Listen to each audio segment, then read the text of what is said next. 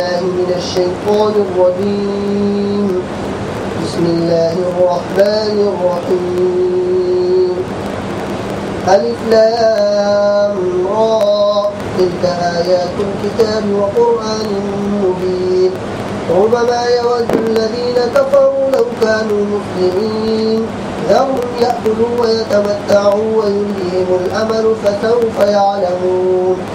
وما أهلكنا من قرية إلا ولها كتاب معلوم ما تسبق من أمة أجلها وما يستأخرون. وقالوا يا أيها الذي نزل عليه الذكر إنك لمجنون لو ما تأتينا بالملائكة إن كنت من الصادقين. ما ننزل الملائكة إلا بالحق وما كانوا إذا منظرين. إنا نحن نزلنا الذكر وإنا له لحافظون. ولقد أرسلنا من قبلك في شيع الأولين وما يأتيهم من رسول إلا كانوا به يستهزئون.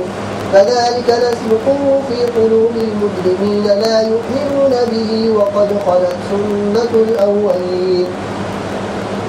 ولو فتحنا عليهم بابا من السماء فظلوا فيه يعرجون لقالوا إنما سكرت أبصارنا بل نحن قوم مسحورون.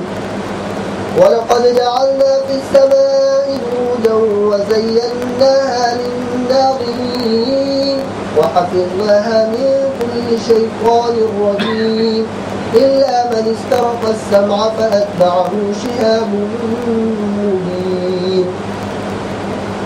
والأرض مددناها وألقينا فيها رواسي وأنبتنا فيها من كل شيء موزون وجعلنا لكم فيها معايش ومن لستم له برازقين.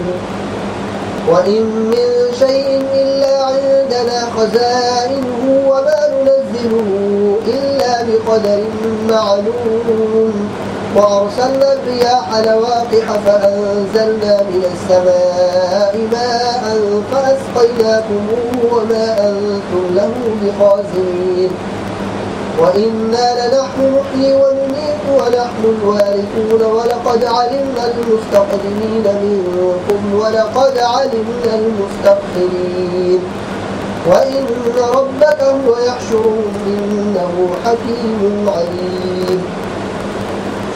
ولقد خلقنا الإنسان من صلصال من حمأ مسنون والجان خلقناه من قبل من نار السموم. وإذ قال ربك للملائكة إني خالق بشرا من صلصال من حمأ مسنون فإذا سويته ونفخت فيه من روحي فقعوا له ساجدين. فسجد الملائكة كلهم أجمعون إلا إبليس أبى أن يكون مع الساجدين. قال يا إبليس ما لك ألا تكون مع الساجدين؟ قال لم أكن لأسجد لبشر خلقته من صلصال من حمأ مسنون. قال فاخرج منها فإنك رجيم وإن عليك اللعنة إلى يوم الدين. قال رب فأنظرني إلى يوم يبعثون. قال فإنك من المنظرين إلى يوم الوقت المعلوم. قال رب بما أغويتني لأزينن لهم في الأرض ولأغوينهم أجمعين إلا عبادك منهم المخلصين. قال هذا صراط علي مستقيم. إن عبادي ليس لك عليهم سلطان إلا من اتبعك من الغاوين. وإن جهنم لموعدهم أجمعين لها 7 أبواب لكل باب منهم جزء مقسوم.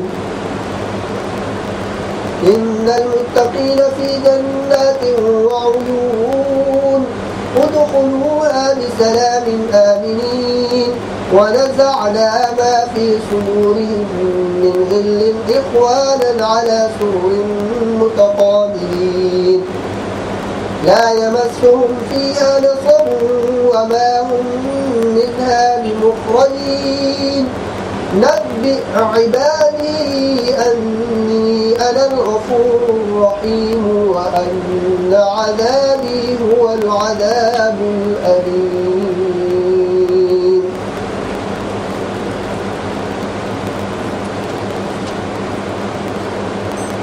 پناہ مانگتا ہوں میں اللہ کی شیطان مردود سے، اللہ کے نام سے جو بڑا مہربان نہایت رحم والا ہے۔ الف لام را، یہ آیات ہیں کتاب الہی اور قرآن مبین کی۔ بعید نہیں کہ ایک وقت وہ آ جائے جب وہی لوگ جنہوں نے آج دعوت اسلام کو قبول کرنے سے انکار کر دیا ہے پچھتا پچھتا کر کہیں گے کہ کاش ہم نے سر تسلیم تھم کر دیا ہوتا۔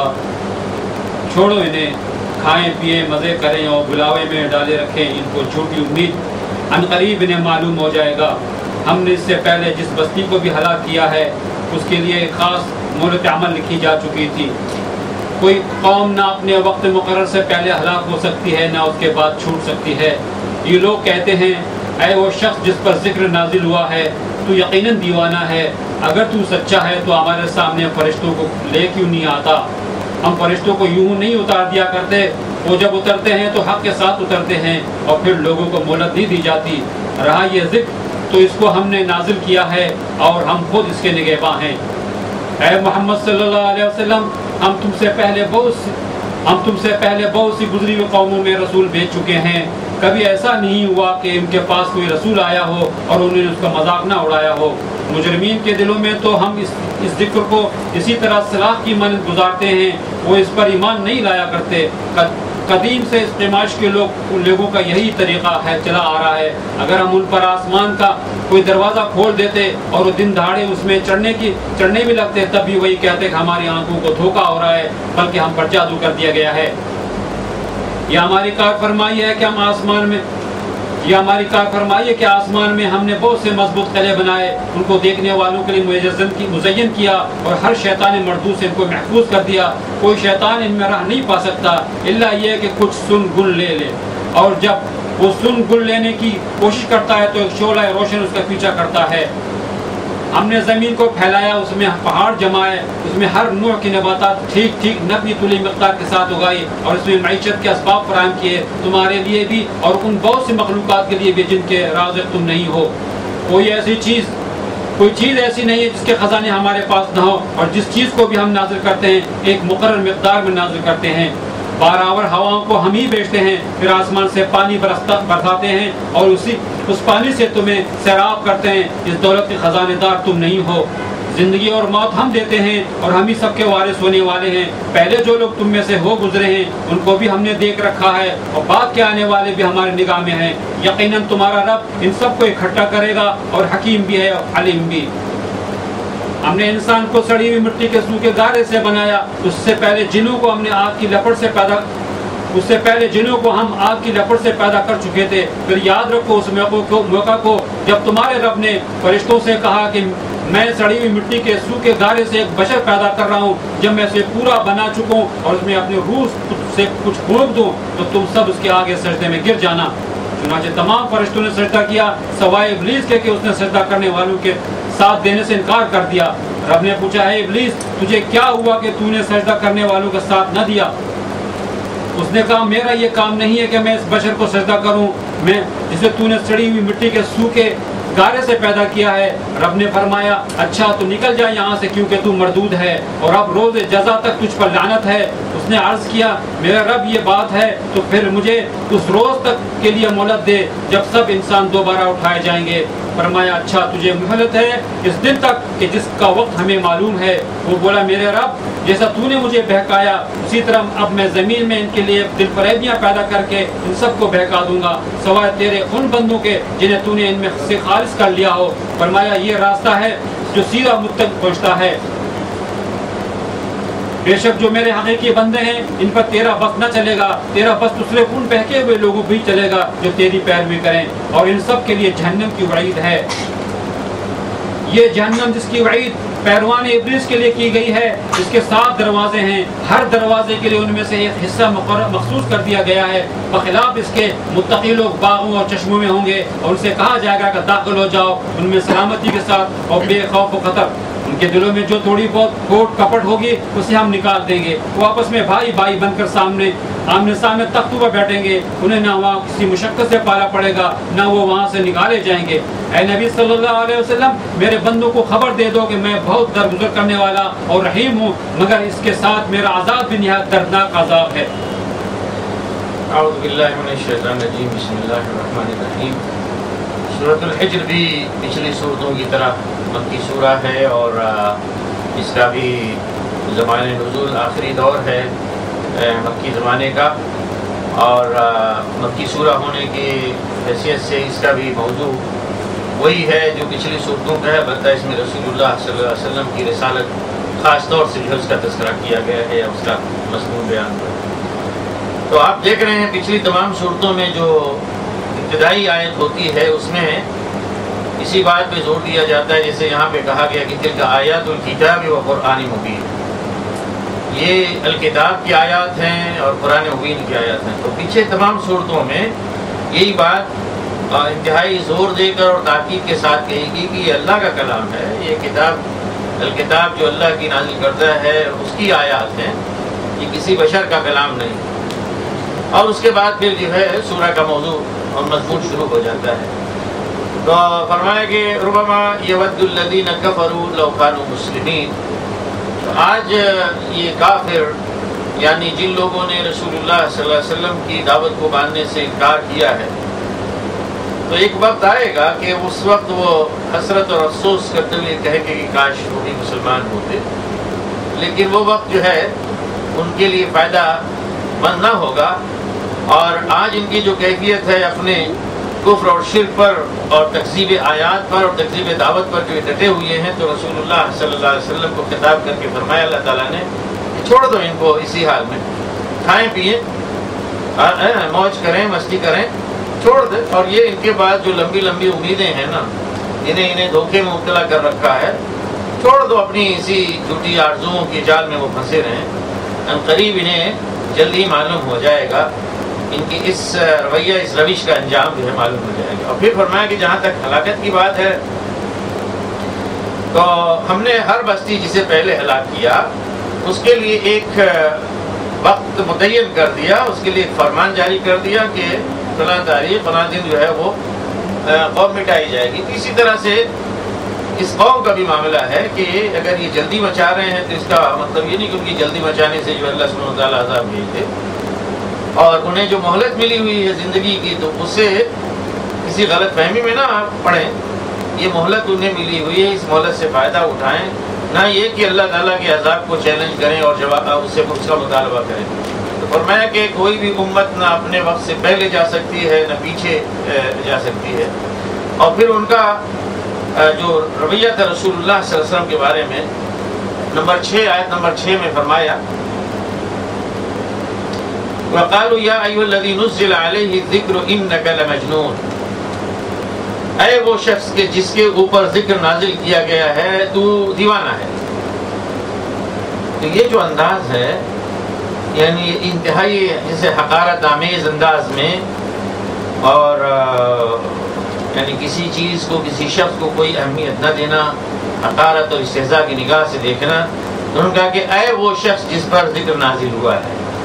تو ذکر یہاں پہ قرآن شریف ہی ہے، قرآن شریف کو بار بار ذکر کہا جاتا تھا اور انہیں بھی جو ہے تذکیر ہی کرائی جاتی تھی، اس لیے انہوں نے یہ کہا کہ جس کے اوپر ذکر نازل ہوا ہے تو دیوانہ ہے، مطلب یہ ہے کہ تو دیوانگی اور خط میں مبتلا ہے، خواہ مخواہ ایک بات جو ہے نا وہ دھنے ہوئی ہے، بس کہہ چلا جا رہا ہے۔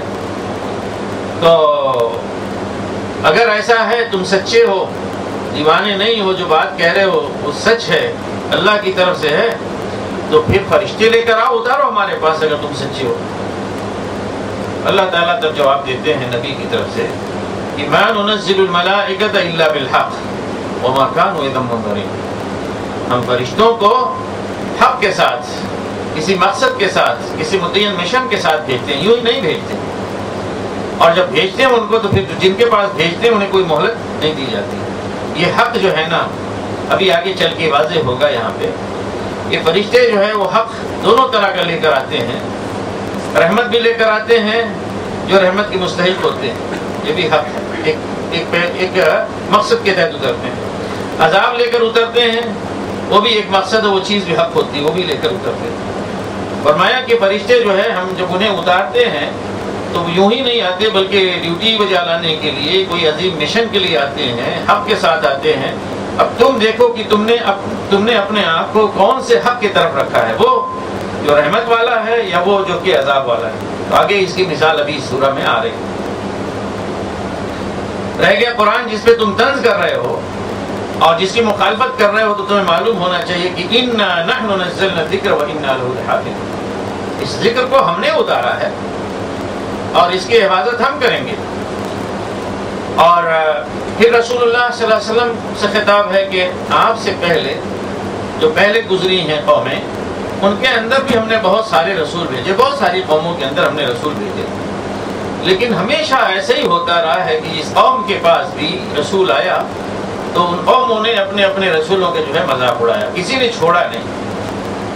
اور انہیں مجرموں کو جو ہے نا اللہ کی طرف سے نازل ہونے والا کلام, اللہ کے دین کی تعلیمات, یہ اتنی کھلتی ہیں, اتنی شاخ گزرتی ہیں کہ جیسے ان کے سینوں پہ جو ہے نا آرے چل رہے ہوں. كَذَلِكَ نَسْلُكُهُ فِي قُلُوبِ الْمُجْرِمِينَ. اسی طرح سے ہم اسے چلاتے ہیں ان کے مجرموں کے دلوں میں.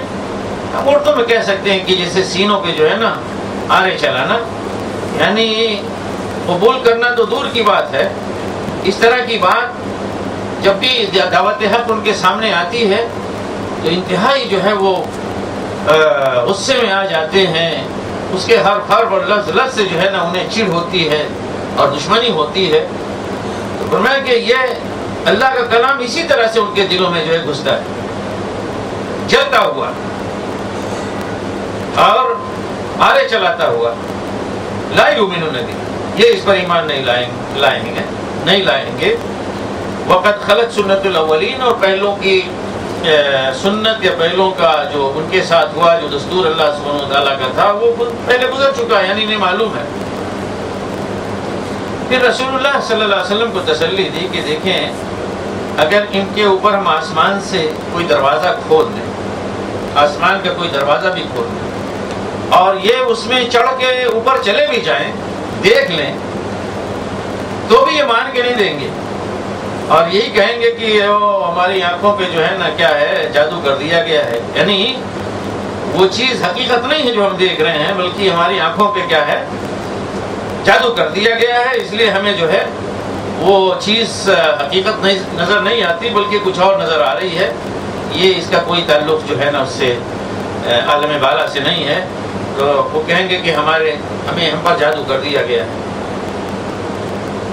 اللہ تعالیٰ آگے قرآن کی حفاظت کے سلسلے میں فرماتے ہیں کہ ہم نے آسمان میں پختہ بلند جو ہے محل بنائے. بروج کے معنی برجیاں بھی ہیں, دیوان آپ کہہ سکتے ہیں, یا ایسی جگہیں, ایسے محل یا قلعے کہ جہاں سے حقیقت میں اللہ سبحانہ وتعالیٰ اپنے اس کائنات کی اور خاص طور سے دنیا کی جو ہے نا وہ نگہبانی کرتے ہیں. گویا بروج وہ ٹاور ہیں جہاں پہ متعین ہیں فرشتے, وہ دیکھتے رہتے ہیں کہ کوئی جو ہے وہاں پہ گھسنے نہ پائے. تو یہ ستارے جو ہیں حقیقت میں جو ہم کو نظر آتے ہیں, وہ اس کے علاوہ بہت ساری چیزیں جو نظر نہیں آتی, اور یہ سب کی سب چیزیں جو ہے نا ایک غیر مرئی غلاف کی شکل میں ہیں. اور آج کے زمانے میں سائنس بہت ترقی کر چکی ہے, اس نے بہت ساری چیزیں اس میں دریافت بھی کی ہیں کہ مثلا زمین اور زمین کے بعد والی جو دنیا ہے ایک اس میں پردہ حائل ہے, اگرچہ ہمیں پردہ نظر نہیں آتا. اسی طرح سے ہر سیارہ دوسرے سیارے کے بیچ میں جو ہے نا ایک رکاوٹ ہوتی ہے, اور اس میں اللہ تعالیٰ نے کچھ ایسا بندوبست کیا ہے کہ یہاں کی چیز وہاں نہیں, وہاں کی چیز یہاں پہ نہیں, اس طرح سے مداخلت نہیں کرتے. خاص طور سے اس کے جو یہ کہہ لیجیے کہ شہابیے جو یہاں سے گرتے ہیں, کوئی مٹی یا پتھر یا لوہا یہاں سے گر کے دوسری طرف منتقل ہو, تو یہ نہیں کہ وہ پھاڑ کے چلا آ جائے زمین پہ. جبکہ روزانہ کروڑوں اور اربوں کی تعداد میں جو ہے نا شہابیے گرتے ہیں.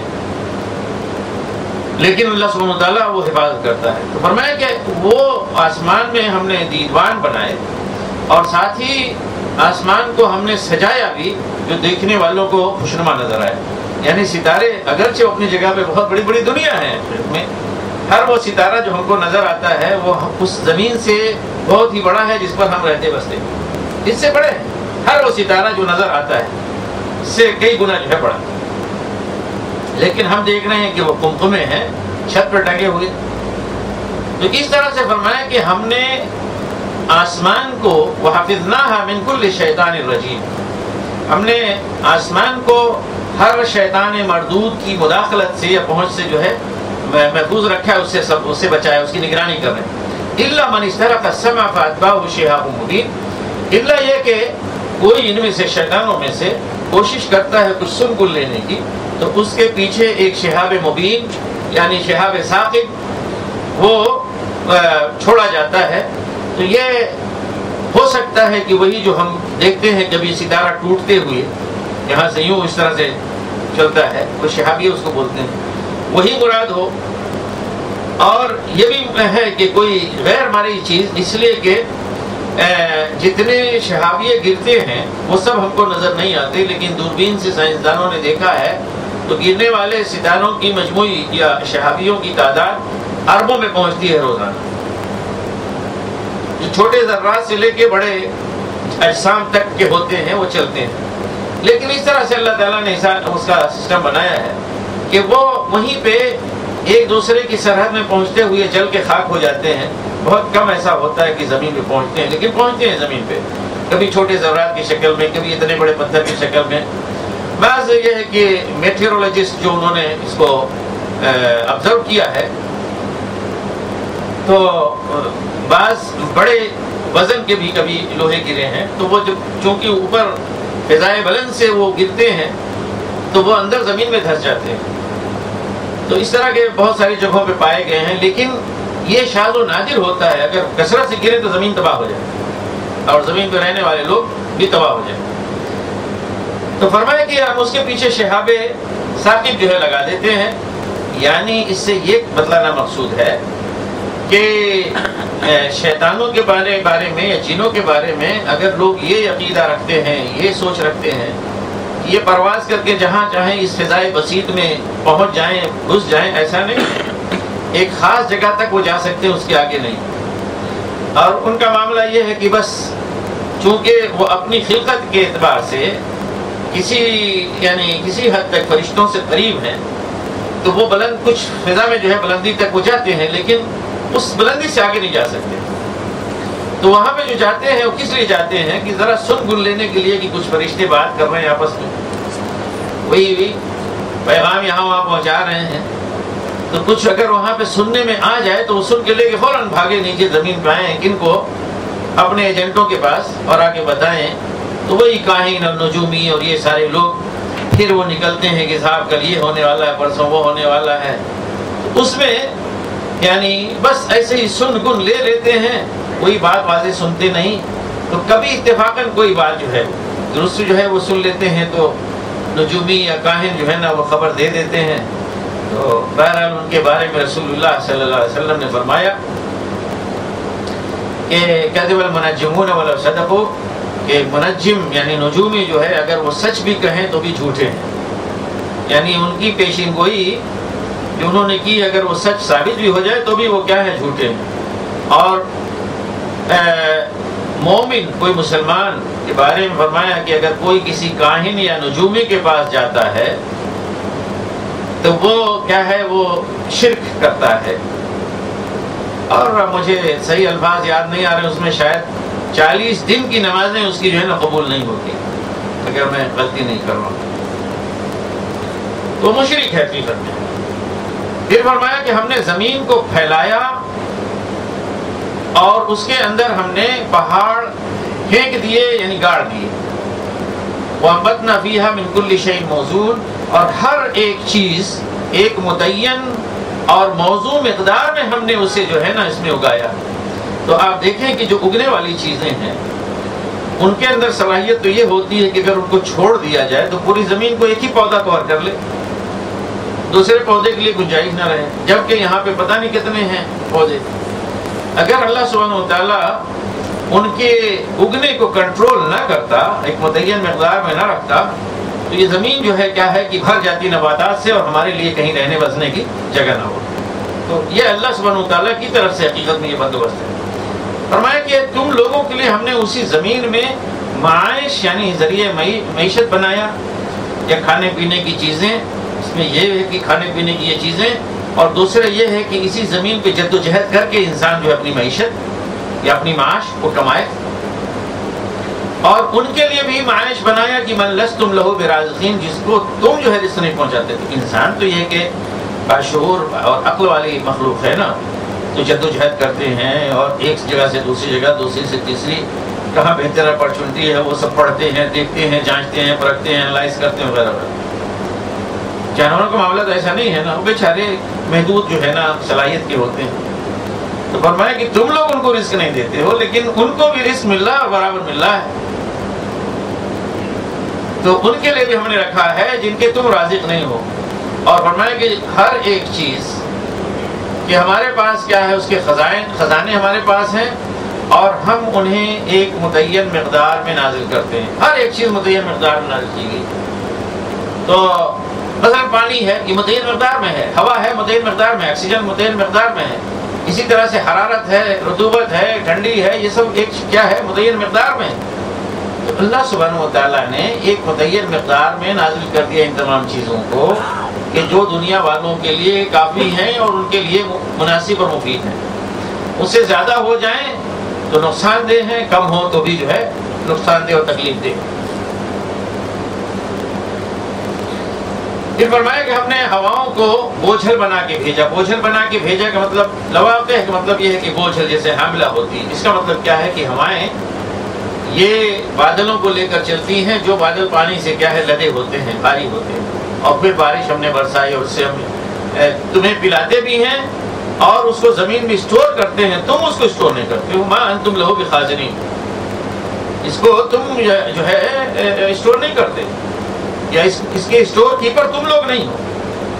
اللہ سبحانہ و تعالیٰ نے بندوبست فرمایا ہے، اور ہمیں ظاہر ہے کہ تمام چیزیں ہو گئیں جن سے اللہ سبحانہ و تعالیٰ کی قدرت، علم، حکمت اور ربوبیت ظاہر ہوتی ہے۔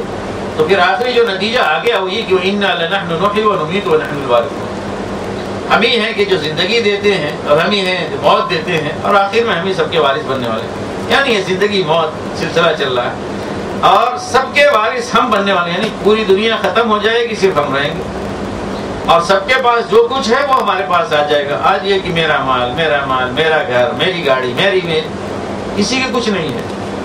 آدمی جیسے آتا ہے دنیا میں ویسے ہی مرتا ہے، چھوڑ کے چلا جاتا ہے، اپنے ساتھ کچھ لے کر نہیں جاتا، اور بالآخر یہ ہوگا کہ سارے لوگ مر جائیں گے، سب کچھ یہیں پہ رہ جائے گا۔ وہ کس کا ہوگا؟ یعنی اللہ سبحانہ و تعالیٰ کا۔ تو جو پہلے تم نے مر چکے ہیں وہ گزر چکے ہیں، وہ اور جو بعد میں جائیں گے سب ہمارے علم میں، سب کو ہم جانتے ہیں۔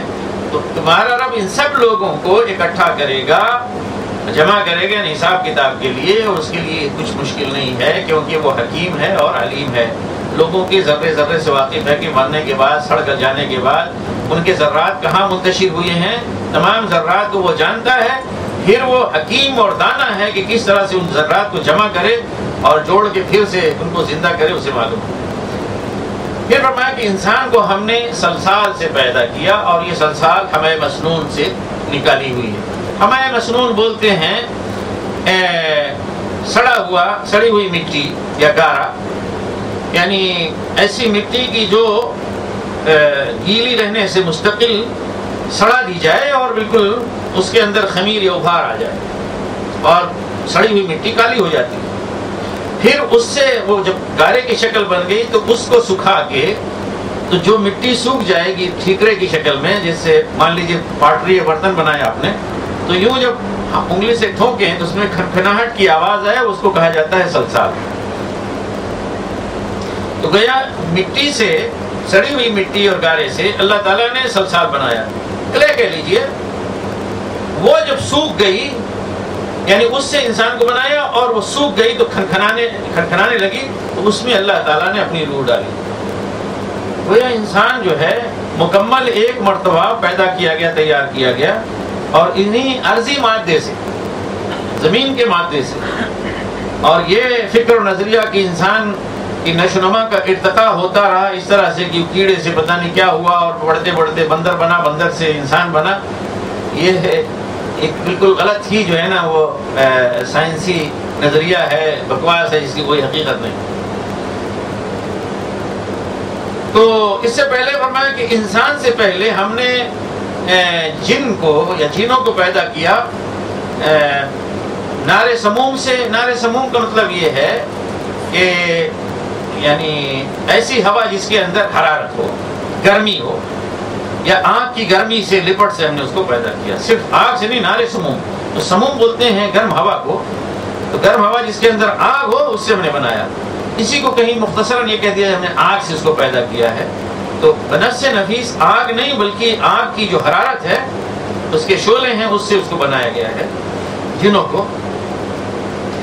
تو اس کے بعد وہ تخلیق بشر کا معاملہ آیا کہ اللہ تعالیٰ نے فرشتوں سے کہا کہ میں ایک گارے سے، سوکھے ہوئے گارے سے ایک بشر بنانے والا ہوں، تو جب میں اسے ٹھیک ٹھاک بالکل درست بنا لوں اور اس میں اپنی روح سے میں پھونک دوں تو تم لوگ اس میں اس کے لیے سجدے میں پڑ جاؤ۔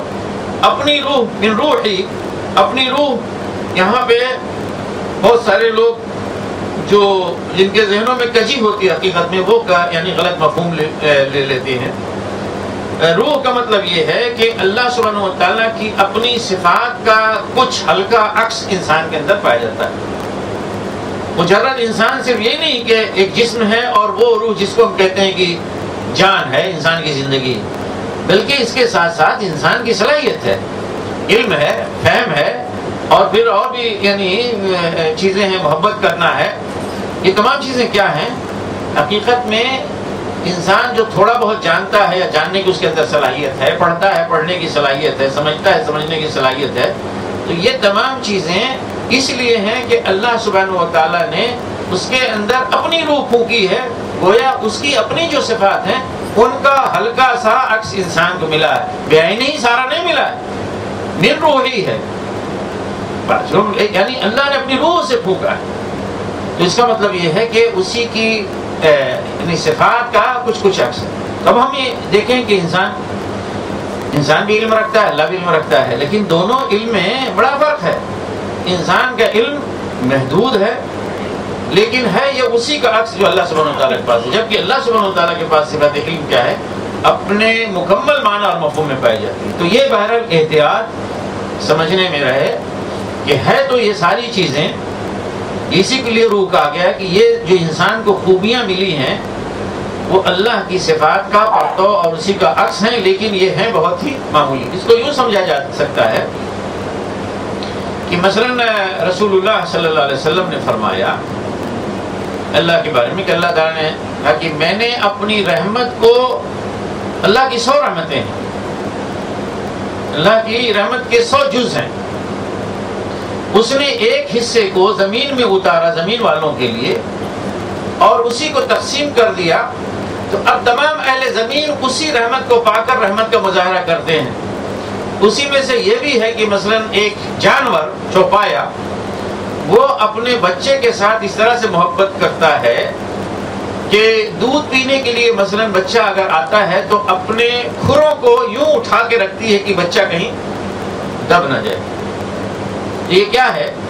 یہ اللہ کی صفت رحمت کا معمولی عکس ہے، اور اللہ تعالیٰ نے خود فرمایا ہے کہ 100 حصے ہیں، اس میں سے 99 اللہ تعالیٰ نے اپنے پاس بچا کے رکھا، صرف ایک حصہ دنیا میں بھیج دیا، وہی سارے لوگوں میں تقسیم ہوتا ہے۔ حتیٰ کہ سانپ بھی جو ہے نا اپنے بچے کے ساتھ اسی رحمت کے ذریعے سے محبت کرتا ہے۔ شیر اور شیرنی جو ہے نا اپنے بچے کے ساتھ محبت کرتے ہیں۔ پھاڑ کھانے والے درندے کیا مجال ان کے بچے کوئی ان کے سامنے چھو دے، اور کوئی ان کے ساتھ جو ہے نا کھلواڑ نہیں کر سکتا، لیکن بچہ چڑھ جائے سر کے اوپر، ابا جان کے اوپر، کوئی حرج نہیں۔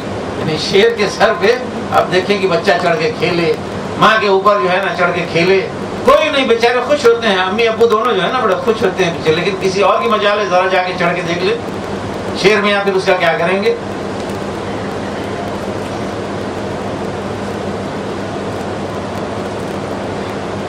تو فرمایا کہ جب میں بنا لوں تو تم سجدے میں گر جاؤ، سب نے سجدہ کیا سوائے ابلیس کے، اس نے انکار کیا۔ اللہ نے پوچھا ابلیس تم نے کیوں نہیں کیا آخر سجدہ؟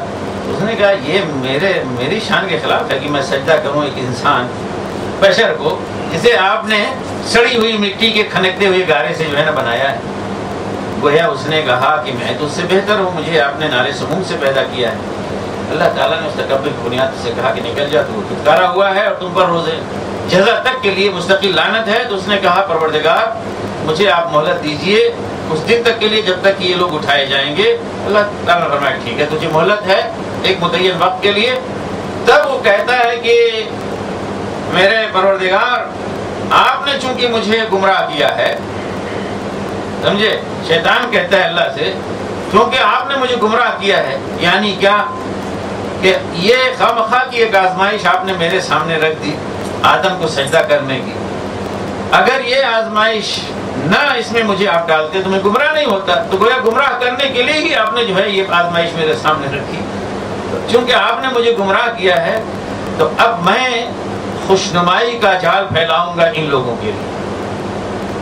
لَأُزَيِّنَنَّ لَهُمْ فِي الْأَرْضِ، زمین میں میں خوشنمائی کروں گا، سجاؤں گا۔ اس کا مطلب کیا ہے؟ ہر ایک بری چیز کو میں خوشنما بنا کے پیش کروں گا۔ ہر زمانے میں نیا نیا فلسفہ، اور لوگ دوڑ پڑتے ہیں۔ کتنے فلسفے ہیں کہ واقعی ہمارے بچپن میں موجود تھے، آج نہیں ہیں، ان کے لیے تحریکیں چلتی تھیں، یعنی وہ آج نہیں ہیں۔ میں سمجھتا ہوں کہ بچپن میں ہم لوگوں کے کمیونزم کی تحریک جو ہے اپنے شباب پہ تھی، اس سے پہلے ہی ہو چکی تھی، لیکن یہ کہ ہر جگہ دیکھیں تو ہمارے یہاں اردو شاعروں کا معاملہ یہ تھا کہ ہندوستان پاکستان میں سارے اردو شاعر جو بڑے ہو گئے تو انہوں نے سمجھا کہ ان کی شاعری کی تکمیل ہی نہیں ہوگی جب تک کہ وہ اپنے آپ کو نہ ثابت کر دیں کہ وہ دہریے ہیں، مولید ہیں، کمیونسٹ ہیں۔ اب اچھے لوگ یعنی، اور ان میں سے بعض وہ ہیں کہ جن کو واقعی یعنی اللہ ہی جانتا ان کا حشر کیا ہے، کہ ان کی اپنی ذاتی زندگی اور ان کے اخلاق کو دیکھ کے بڑا افسوس، بڑی حسرت ہوتی ہے۔ فیض احمد فیض بہت بڑا شاعر ہے، اور اس کا ذاتی وہ بھی ہے، لوگ کہتے ہیں کہ انتہائی یعنی با اخلاق، انتہائی یعنی خوش اخلاق ملنسار آدمی، لیکن ہے ان کی شاعری کی تکمیل ہی نہیں ہوئی جب تک کہ وہ جو ہے کمیونسٹ نہ بن گئے۔ جوش ہیں، کیفی اعظمی ہیں، علی سردار جعفری ہیں، یہ سارے شعراء کیا ہیں؟ ان میں سے بعض تو وہ ہیں کہ بالکل دریدہ ذہن، شیطان نے انہیں کیا ہے خوشنما ان کے لیے ساری چیزیں بنائی۔ پھر انجمن اردو ترقی پسند کیا ہے؟ ترقی پسند یہ ہندوستان پاکستان میں دونوں جگہ بنی۔ ترقی پسند یہ نیا نظریہ ہے، ترقی پسند مطلب ہے کہ گمراہی پسند، ترقی پسند، گمراہی پسند، اور یہ تاریخی پسند اور بالکل تنزل پسند ہے یہ، اور اگرچہ اپنے آپ کو ترقی پسند، اس طرح کے پتہ نہیں کتنے نظریات۔ دوسرا یہ کہ اور بھی بہت ساری چیزیں کلچر میں، تمدن میں، تہذیب میں، نظریات میں، ہر ایک چیز شیطان نئے جو ہے نا گر سکھلائے گا۔ تو کبھی کوئی کارل مارکس کے پیچھے بھاگے گا، کوئی لینن کے پیچھے بھاگے گا، کوئی ڈارون کے پیچھے بھاگے گا، کوئی فرائڈ وغیرہ کے پیچھے بھاگے گا۔ روزانہ نئے جو ہے نظریات، نئی چیزیں، اور ہر فلسفہ، ہر نظریہ آتا ہے 5 سال 8 سال 10 سال بس اس طرح رہ کے چمکا اور ڈوب گیا، اس کے بعد وہ بھی ختم جس نے نظریہ ایجاد کیا، اور یعنی وہ نظریے میں چلے جاتے ہیں۔ تو اس طرح سے کہہ رہا ہے کہ میں خوشنمائی مبتلا کروں گا اور ان سب کو جو ہے نا بہکاؤں گا سوائے تیرے ان بندوں کے، یہ خود بھی وہ شیطان کہتا ہے، ابلیس کہتا ہے، ان بندوں کے جنہیں تو نے اپنے لیے خالص کر لیا ہے۔ تو اللہ تعالیٰ فرماتا ہے کہ ھذا صراط علیہ مستقیم، دیکھو یہ میرا سیدھا راستہ ہے، اور میرے بندے جو ہیں ان کے اوپر تیرا کوئی زور نہیں چلے گا۔ زور چلے گا تو وہی کہ جو بہکے ہوئے خود ہیں وہ اور تیری پیروی کرتے ہیں۔ تو یہ بھی جان لو ساتھ میں کہ ان سب کا ٹھکانہ جو ہے جہنم ہے، اور جہنم کون سی ہے کہ جس کے 7 دروازے ہوں گے، ہر دروازے میں سے متعین قسم کے لوگ جائیں گے، ہے نا۔ اب آپ اندازہ کر سکتے ہیں ضلال گمراہی کوئی ایک چیز تو ہے نہیں۔ کوئی مشاعروں میں ابھی ہم شعراء کا تذکرہ کر رہے تھے، شعراء جو ہے اس کے ذریعے سے گمراہی پھیلانے، یعنی شعر و ادب میں جو گمراہی پھیلائیں گے وہ ایک دروازے سے جائیں گے، سیاسیات کے میدان میں جو لوگ جو ہے نا گمراہی پھیلائیں گے وہ ایک دروازے سے جائیں گے، فحاشی اور بے حیائی کا کلچر جو لوگ ایجاد کریں گے وہ تیسرے دروازے سے جائیں گے، وغیرہ وغیرہ۔ اس طرح سے ہر آدمی کی اپنی ضلالت اور گمراہی کے لحاظ سے کہ کس لحاظ سے وہ گمراہی میں کون سی گمراہی جو ہے سب سے بڑی اس کے اندر پائی جاتی ہے، اسی لحاظ سے اس کا دروازہ متعین کیا جائے گا.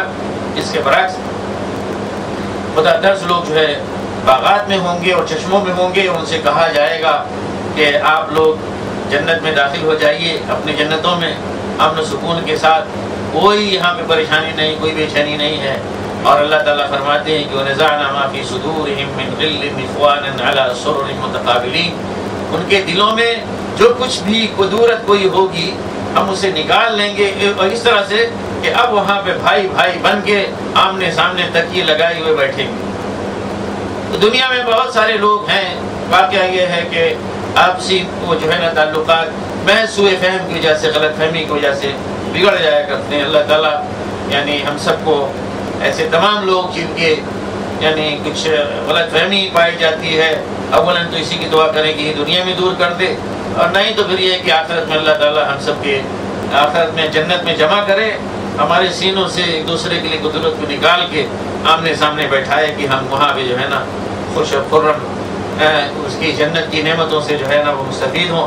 اور پھر فرمایا کہ جنت میں داخل ہونے کے بعد کوئی نہ تو محنت مشقت ہوگی اور نہ وہاں سے نکالے جائیں گے.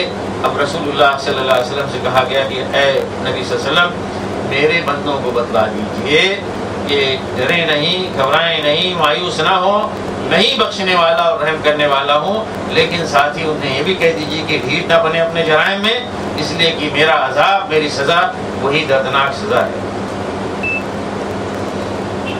ونبئهم عن ضيف إبراهيم إذ دخلوا عليه فقالوا سلاما قال إنا منكم وجلون قالوا لا توجل إنا نبشرك بغلام عليم قال أبشرتموني على أن مسني الكبر فبم تبشرون قالوا بشرناك بالحق فلا تكن من القانطين قال ومن يقنط من رحمة ربه إلا الضالون قال فما خطبكم أيها المرسلون قالوا إنا أرسلنا إلى قوم مجرمين إلا آل لوط إنا لمنجوهم أجمعين إلا امرأته قدرنا إنها لمن الغابرين فلما جاء آل لوط المرسلون قال إنكم قوم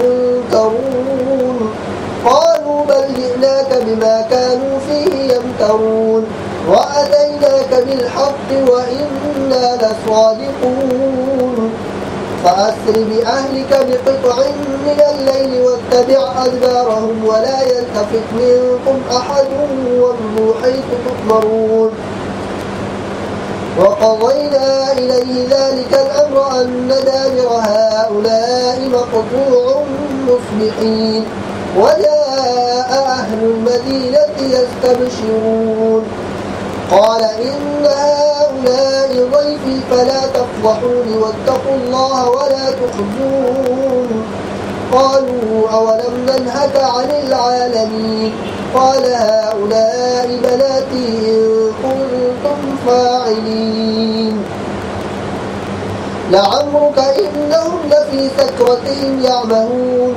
فأخذتهم الصيحة مشرقين فجعلنا عاليها سافلها وأمطرنا عليهم حجارة من سجيل إن في ذلك لآيات للمتوسمين وإنها لبسبيل مقيم إن في ذلك لآية للمؤمنين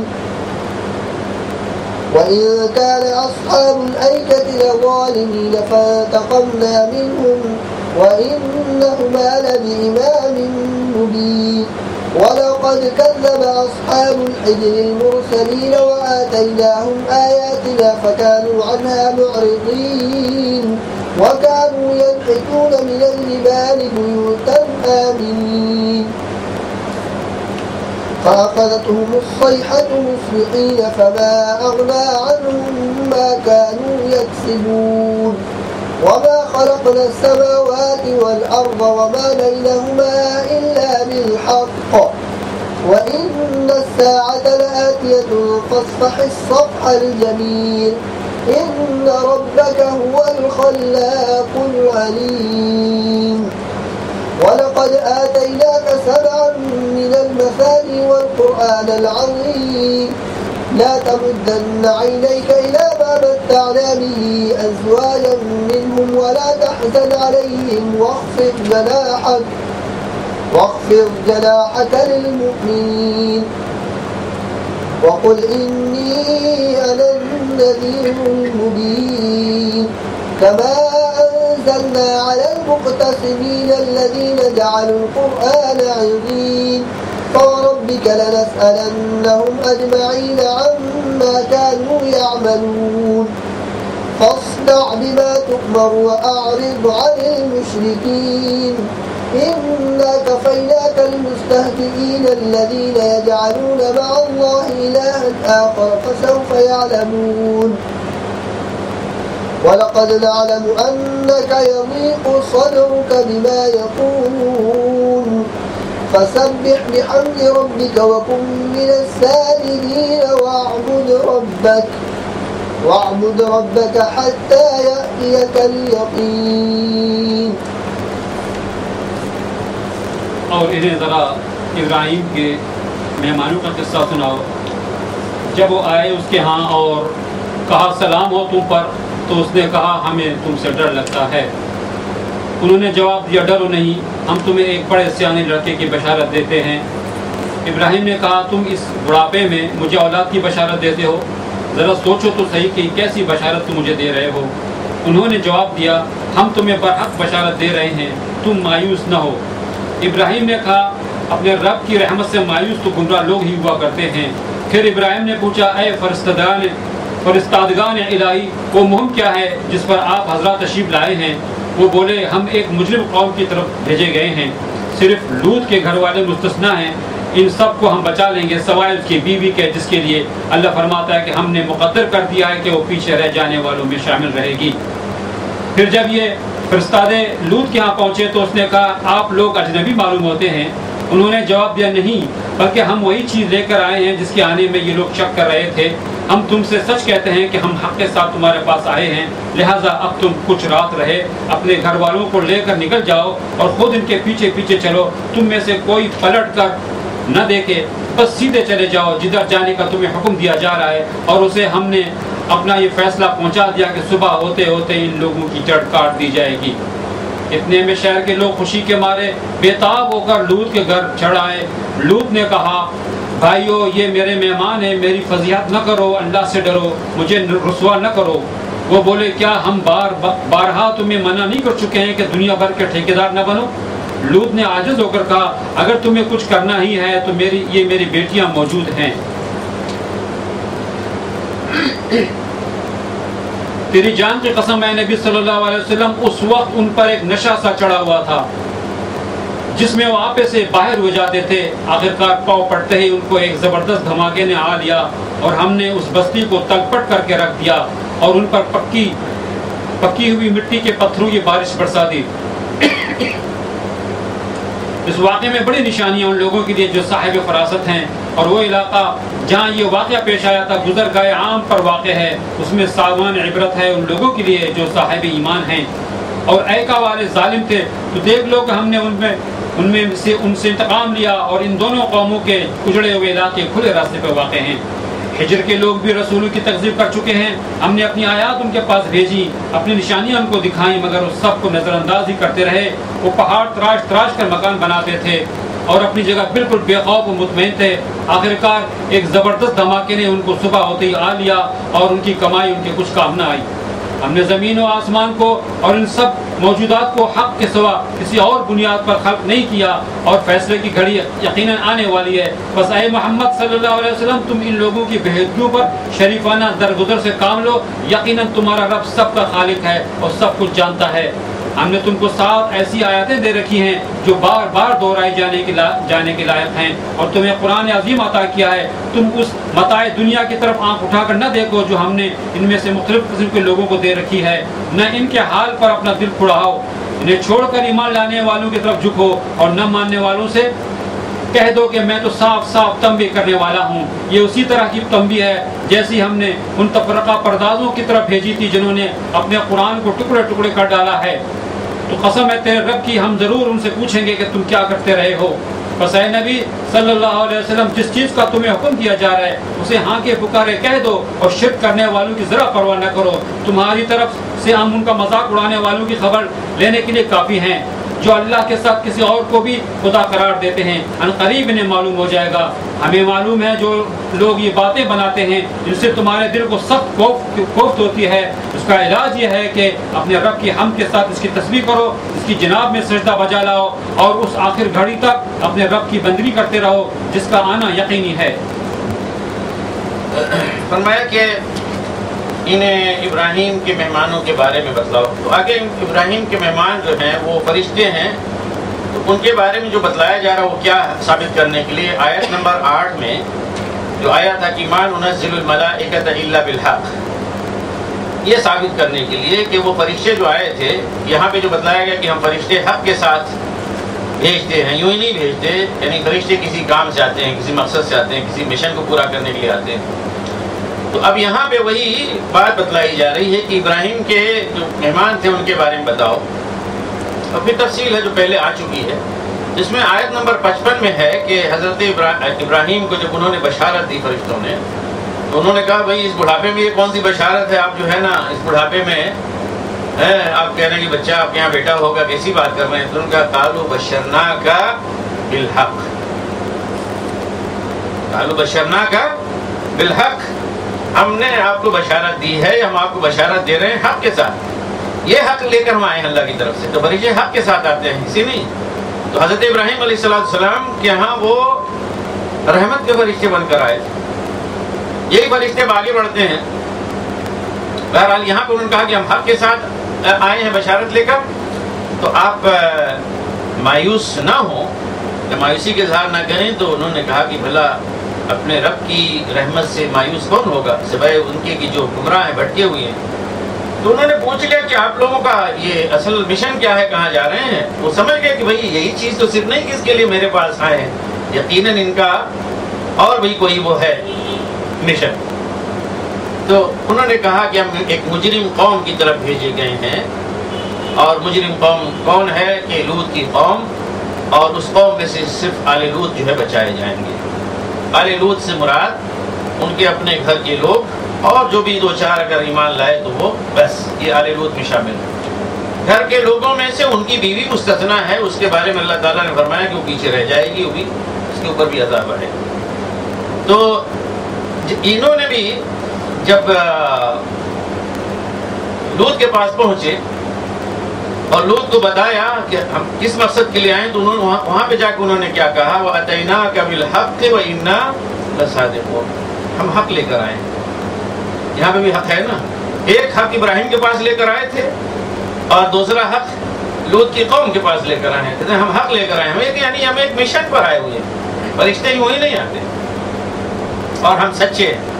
تو پھر انہوں نے کہا کہ آپ چل نکلیے، اور باقی یہ ہے کہ قوم کی حرکت، تو یہاں پہ قصہ جو ہے اس کی ترتیب میں آگے پیچھے ہے یہاں موقع کے لحاظ سے، تو ورنہ جو بعد میں بات کہی گئی ہے کہ وجاء اہل المدینہ یستبشرون، شہر کے لوگ بھاگے دوڑے چلے آئے ان کے گھر کی طرف، جو انہیں پتہ چلا کہ بھائی 2 یا چند خوبصورت لڑکے وہاں پہ آئے ہوئے ہیں، تو بدکار قوم کے لوگ دوڑ پڑے۔ تو یہ پہلے کا واقعہ ہے، اور سزا کی اطلاع بعد میں، اس لیے کہ جب وہ آئے تھے اس وقت تک حضرت لوط کو معلوم نہیں تھا کہ یہ مہمان جو ہے کوئی انسان ہے یا فرشتے ہیں، اس کے بعد انہوں نے اطمینان دلایا یہ فرشتے ہیں۔ تو یہاں پہ ترتیب الٹی ہوئی ہے موقع کے لحاظ سے اور مقصد کے لحاظ سے، اس کے بیان کرنے کا وقت نہیں ہے۔ بہرحال انہوں نے کہا کہ آپ لوگ نکل جائیں، تو وہ نکلے، اور صبح ہوئی تو پھر یہ ہے کہ ان لوگوں کے اوپر اس طرح سے عذاب آیا کہ وَجَعَلْنَا عَالِيَهَا سَافِلَهَا وَأَمْطَرْنَا عَلَيْهِمْ حِجَارَةً مِّن سِجِّيلٍ، اس بستی کا جو نچلا حصہ تھا اوپر کر دیا، اوپر کا نیچے، یعنی بستی کو ہم نے تلپٹ کر دیا، اور ان کے اوپر پتھروں کی بارش ہم نے برسائی۔ تو اس میں نشانیاں ہیں ان لوگوں کے لیے جو فراست رکھتے ہیں۔ اسی طرح سے اور یہ بتلایا کہ یہ جگہ ایسی جگہ پہ واقع ہے جو یعنی لوگ جہاں سے گزرتے ہیں ان کی راہ عام پر واقع ہے۔ پھر اس کے بعد 2 قوموں کے قصے بیان کیے، ایک اصحاب الایکا اور اصحاب الحجر۔ اصحاب الایکا سے مراد حضرت شعیب علیہ السلام کی قوم یعنی اصحاب مدین جو ہے وہ مراد ہے۔ ایکا کے معنی جھاڑی اور جنگل، بڑے جنگل جنگل کے ہیں، تو وہ علاقہ جنگل کا علاقہ تھا، اس وجہ سے اس کو ایکا کا علاقہ بھی کہا جاتا تھا۔ اصحاب الایکا جنگل والے یعنی حضرت شعیب کی قوم، مدین والے، ان سے بھی ہم نے انتقام لیا۔ اور اسی طرح سے اصحاب حجر، اس سے مراد قوم سمود ہے جہاں پہ حضرت صالح علیہ السلام بھیجے گئے تھے، انہوں نے بھی شرارت کی تو انہیں بھی اللہ تعالیٰ نے تباہ کیا۔ تو یہ ساری چیزیں دلیل ہیں اس بات پر کہ اللہ تعالیٰ اس دنیا میں یعنی غافل نہیں ہے لوگوں کے اخلاقی اور عملی رویے سے۔ اسی سے دلیل بناتے ہوئے اللہ تعالیٰ نے فرمایا کہ ما خلقنا السماوات والارض وما بینہما الا بالحق، ہم نے آسمان اور زمین کو ایک حق کے تحت یعنی مقصد کے تحت ہم نے پیدا کیا ہے، کھیل تماشے کے طور پر نہیں پیدا کیا ہے۔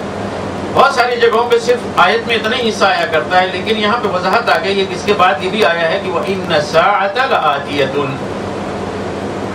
قیامت آ کے رہے گی۔ آسمان اور زمین کی تخلیق کا مقصد یا اس کی مقصدیت پوری ہی نہیں ہو سکتی جب تک کہ قیامت نہ آئے اور قیامت کو نہ مانا جائے۔ اگر قیامت نہیں ہے تو اس کا مطلب کیا ہے کہ دنیا بے مقصد ہے، جس کی سمجھ میں جو آئے، اگر مضبوط ہے تو ایک کمزور کو دبا کے اس کا حق مار لے، یا کسی کی جو ہے جان جو ہے لے لے، قتل کر دے، چوری کر لے، ڈاکہ ڈالے، کوئی اس کے اوپر کوئی رکاوٹ نہیں۔ تو آپ جانتے ہیں کہ دنیا میں اس طرح سے ہے، کچھ لوگ اپنے آپ کو اخلاقی جو پابندیاں ہیں اس کا پابند بناتے ہیں، یعنی چوری نہیں کرتے، وہ ڈاکہ نہیں ڈالتے، وہ فحاشی بے حیائی کا ارتکاب نہیں کرتے، اس لیے آخرت کا ان کے تصور پایا جاتا ہے اور ڈرتے ہیں۔ لیکن دوسرے لوگ ہیں کہ جو کسی چیز سے بھی نہیں رکتے، جہاں پہ بھی موقع ملے حرام مال کسی بھی طرح سے اور اس کے لیے وہ جو ہے کوشش کرتے ہیں، بلکہ پیسے جمع کرنے کے لیے کیا کیا نئے طریقے حرام خوری کے ہو سکتے ہیں وہ سب وہ سیکھتے ہیں اور اس کو آزماتے ہیں سارے وغیرہ وغیرہ۔ تو یہ جو لوگ اس طرح کی دنیا میں ہیں کہ جو ظالم ہیں اور خائن ہیں، غدار ہیں، چور ہیں، بدماش ہیں، کیا یہ دنیا ختم ہو جائے گی ایسے ہی اور ان کو کوئی پکڑنے والا نہیں ہوگا؟ آپ جانتے ہیں کہ اس وقت سب سے بڑے بڑے جو مجرم ہیں وہ بڑے آرام کے ساتھ دندناتے پھر رہے ہیں۔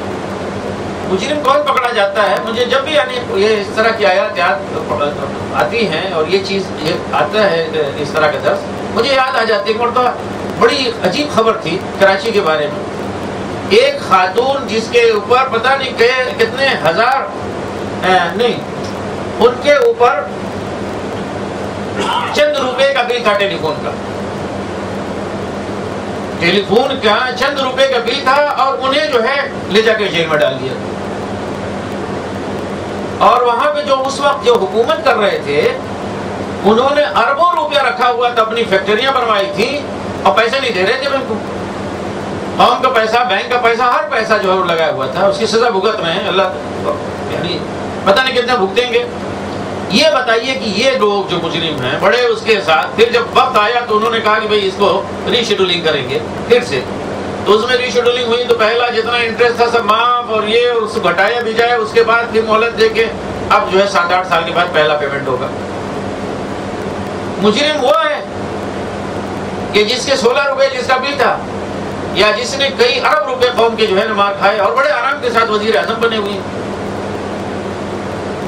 تو کیا یعنی انسان کتنا بڑا بیوقوف اور پاگل ہے جو کہے کہ اس کے بعد آخرت ہے ہی نہیں۔ آخر یہ کیسے کہاں ان سے کیسے جو حساب چکایا جائے گا؟ دنیا میں آپ پکڑ ہی نہیں سکتے وغیرہ وغیرہ، کتنی مثالیں بیان کی جائے، ہر ایک آدمی جو ہے مثال بنا ہوا ہے۔ تو اسی لیے اس کا ہونا جو ہے ضروری ہے، نہ ہونا حقیقت میں وہ تعجب انگیز ہے، تعجب خیز ہے۔ لہذا جب معاملہ یہ ہے کہ قیامت آ کے رہے گی تو نبی صلی اللہ علیہ وسلم سے کہا گیا کہ دیکھیں یہ دنیا ہی میں سارا بدلہ نہیں لیا جاتا، نہ دنیا میں سارا حساب چکایا جائے گا۔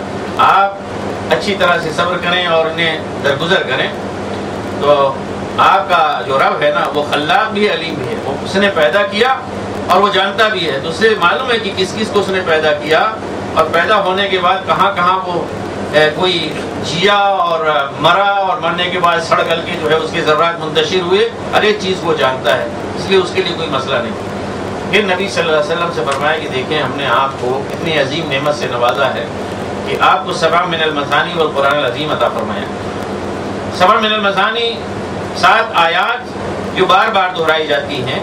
اکثر مفسرین کا رجحان اسی کی طرف ہے کہ اس سے مراد سورہ فاتحہ ہے، اور قرآن عظیم سے مراد اس کے بعد پورا قرآن. یعنی آپ دیکھیں کہ ہم نے، اللہ تعالیٰ فرما رہے ہیں کہ آپ دیکھیں کہ ہم نے آپ کو کتنی عظیم نعمت دی ہے. سورہ فاتحہ دی ہے اور پورا قرآن شریف دیا ہے. تو وہ چیزیں جو ان لوگوں کے پاس ہیں، جو دنیا کا ساز و سامان ہے، ہم نے ان لوگوں کو جو دے کے رکھا ہے، آپ اس کی طرف نگاہ بھی نہ اٹھا کے دیکھیں، اور اگر وہ نہیں ملا ہے تو اس پہ غم نہ کریں، اور نہ ان کے رویے پہ، ان کے معاملے پہ آپ غم کریں. آپ اپنی ساری توجہ اہل ایمان کے اوپر مرکوز رکھیں اور ان کو اپنے بازوؤں میں لیے رہیں، یعنی ان کی تربیت اپنی شفقت کے ساتھ فرماتے رہیں. اور فرمایا کہ آپ یہ بھی لوگوں کو بتا دیں کہ آپ اللہ کی طرف سے ڈرانے والے بنا کر بھیجے گئے ہیں. کلم کھلا واضح طور پر لوگوں کو اعلان کرتے ہیں. اور آپ کی مثال اسی طرح سے ہے کہ جیسے آپ سے پہلے ہم نے، یعنی جو کلام آپ پر نازل ہوا 7 من المثانی قرآن عظیم، اسی طرح سے مختصمین کے اوپر بھی ہم نے نازل فرمایا تھا. مختصمین کا مطلب یہ ہے کہ بانٹ لینے والے اور تفرقہ پیدا کرنے والے. تقسیم اختصامہ سے ہے مختصمین، جنہوں نے بانٹ رکھا ہے کیا چیز، الذین جعلوا القرآن عضین، جنہوں نے اپنے قرآن کو ٹکڑے ٹکڑے کر دیا ہے. اس سے مراد اہل کتاب، خاص طور سے یہود. ان کا قرآن کیا تھا؟ تورات تھی، اسے ٹکڑے ٹکڑے کر دیے. تو یہ صفحے نکال کے ہے نا، ایک یہاں سے نکال لیا، بس پورا قرآن ایک طرف رکھ دیا. اس میں دیکھا کہ جیسے ہمارے یہاں بعض لوگ ہوتے ہیں نا کہ بڑے، کسی سے کہا کہ وہی کون سنت آپ نے مطالعہ کیا، کہتے ہیں ہاں مجھے 3 سنتیں بہت پسند ہیں. بہرحال اس میں یہ ہے، کون سی 3 سنتیں؟ کہ جو تمہارے سامنے ہو وہاں سے کھاؤ، ٹھیک ہے نا، اور یہ کہ میٹھا کھانا سنت ہے، وغیرہ وغیرہ. اس طرح کی انہوں نے سنتیں گنائی کہ اس طرح کی سنتیں مجھے بہت پسند ہیں. اللہ کی کتاب میں سے، اپنے قرآن میں سے لوگ اسی طرح سے ڈھونڈ نکالتے ہیں کہ اس میں سے کون سی چیز اچھی لگتی ہے، جو نہیں اچھی لگتی اس کو نکال کے چھپا دیا. اس طرح اپنے قرآن کو انہوں نے پارے پارے کر دیا. تو ہمارے ہاں جو چلا ہے، مجھے بعض اوقات میں نے دیکھا، یعنی واقعی یہ بہت بڑا جرم ہے. ایک تو یہ ہے کہ چلیے ایک صورت جو بار بار پڑھی جاتی ہے، الگ سے آپ نے چھاپ دیا، کوئی حرج نہیں، مثلا صورت لکھا ہے، پوری صورت موجود ہے، اس کے اندر کوئی دوسری آیت آپ نے نہیں ملائی، خلط ملط نہیں کیا ہے. سورۃ الملک ہے مثلا، اس کو چھاپ دیا، کوئی حرج نہیں، چلیے بھی لوگوں کی آسانی کے لیے، بشرطے کہ لوگ پورے قرآن شریف سے غافل نہ ہو جائیں. لیکن ہم نے دیکھا ہے کہ معاملہ یہ ہے کہ ایک چیز چھپتی ہے، پتہ نہیں کیا ہے اس میں بھائی، وہ کئی صورتیں، کئی آیتیں آپس میں وہاں مکس ہیں. وہ میں ایک مرتبہ کہیں مجھے ملا، میں پڑھ رہا ہوں تو دیکھو کہیں کی کوئی آیت، کہیں کوئی آیت، سلسلہ وار چلی جا رہی ہے. تو پھر یہ ہے کہ پنج سورہ ہے اور کنز العرش ہے اور کیا ہے، یہ ساری چیزیں کیا ہے، اپنے قرآن کو عظیم بنانا یا ٹکڑے ٹکڑے کرنا اور پارے پارے کرنا. تو قرآن پورا کا پورا جو ہے پڑھنا ہے، نہ کہ اسے ٹکڑے ٹکڑے کرنا ہے. تو فرمایا کہ ایسے لوگوں سے ہم نے ان کے اعمال کے بارے میں سوال کریں گے، یعنی روز قیامت. تو اے نبی صلی اللہ علیہ وسلم، جو کچھ آپ کو حکم دیا جا رہا ہے اسے آپ کہہ ڈالیے، اس سامنا ان لوگوں کا کیجیے اور ان کے سامنے اس کو پیش کیجیے. اور مشرکین اگر کوئی بیہودہ حرکت کرتے ہیں یا اعتراض کرتے ہیں، جھٹلاتے ہیں، تو آپ ان سے اعراض کریں، درگزر کریں. ان کو سمجھنے کے لیے ہم کافی ہیں. یہ مذاق اڑانے والے لوگ کہ جو اللہ کے ساتھ اور دوسروں کو اللہ کی خدائی میں شامل کرتے ہیں، تو انہیں عنقریب بہت جلد معلوم ہو جائے گا. اور اے نبی، ہم یہ بھی جانتے ہیں کہ وہ جو کچھ باتیں بناتے ہیں اس پہ آپ کا سینہ جو ہے نا تنگ ہوتا ہے، یعنی آپ کو بڑی پریشانی ہوتی ہے، آپ کو دکھ ہوتا ہے. تو اس کا علاج یہ ہے کہ آپ اس سے اپنی توجہ ہٹائیے اور اپنے رب کی حمد کے ساتھ تسبیح کرتے رہیے، اللہ کی بارگاہ میں سجدہ ریز رہیے اور اللہ کی بندگی اور عبادت میں لگے رہیے اس وقت تک جب تک کہ آپ کو یقین نہیں آ جاتا. یقین سے مراد موت، جب تک کہ آپ کا آخری وقت نہیں آ جاتا، یعنی تا حیات جب تک آپ زندہ ہیں اس وقت تک بس اسی میں لگے رہیں. یعنی اللہ سے اپنے آپ کو جوڑے رکھیں، اسی سے آپ کو قوت اور تقویت حاصل ہوگی اور آپ کی پریشانیاں الجھنیں جو وہ پہنچاتے ہیں وہ جو ہے دور ہوں گی. بسم الله الرحمن الرحيم أتى أمر الله فلا تستعجلوه سبحانه وتعالى عما يشركون ينزل الملائكة بالروح من أمره على من يشاء من عباده أن أنذروا أنه لا إله إلا أنا فاتقون خلق السماوات والأرض بالحق تعالى عما يشركون خلق الإنسان من نطفة فإذا هو خصيم مبين والأنعام خلقها لكم فيها دفء ومنافع ومنها تأكلون ولكم فيها جمال حين تريحون وحين تسرحون وتحمل أثقالكم إلى بلد لم تكونوا بالغيه إلا بشق الأنفس إن ربكم لرؤوف رحيم والخيل والبغال والحمير لتركبوها وزينة ويخلق ما لا تعلمون وعلى الله قصد السبيل ومنها جائر ولو شاء لهداكم أجمعين هو الذي أنزل من السماء ماء لكم منه شراب ومنه شجر فيه تسيمون ينبت لكم به الزرع والزيتون والنخيل والأعناب ومن كل الثمرات إن في ذلك لآية لقوم يتفكرون وسخر لكم الليل والنهار والشمس والقمر والنجوم مسخرات بأمره إن في ذلك لآيات لقوم يعقلون وما ذرأ لكم في الأرض مختلفا ألوانه إن في ذلك لآية لقوم يذكرون وهو الذي سخر البحر لتأكلوا منه لحما طريا وتستخرجوا منه حلية تلبسونها وترى الفلك مواخر فيه ولتبتغوا من فضله ولعلكم تشكرون وألقى في الأرض رواسي أن تميد بكم وأنهارا وسبلا لعلكم تهتدون وعلامات وبالنجم هم يهتدون أفمن يخلق كمن لا يخلق أفلا تذكرون وإن تعدوا نعمة الله لا تحصوها إن الله لغفور رحيم والله يعلم ما تسرون وما تعلنون والذين يدعون من دون الله لا يخلقون شيئا وهم يخلقون أموات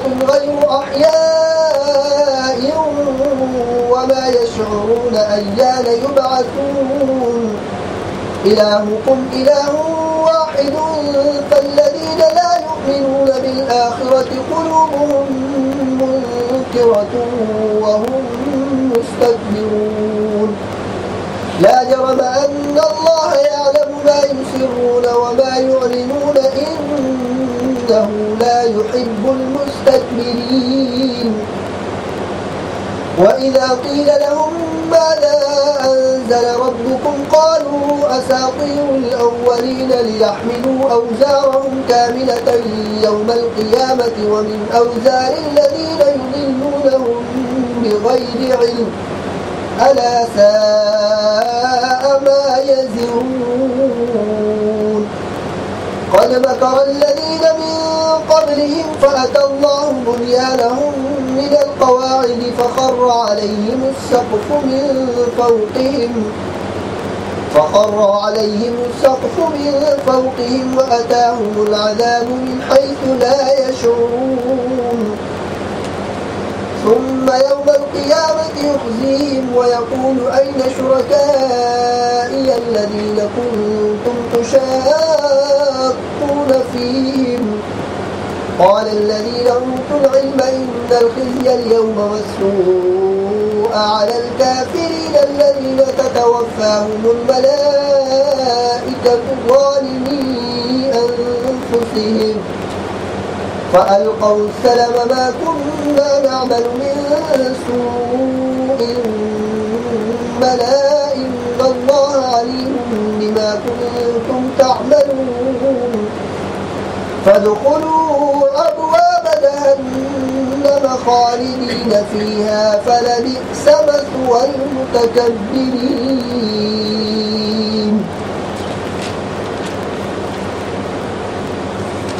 آ گیا اللہ کا فیصلہ، اب اس کے لیے جلدی نہ مچاؤ، پاک ہے وہ اور بالا اور برتر اس شرک سے جو یہ لوگ کر رہے ہیں۔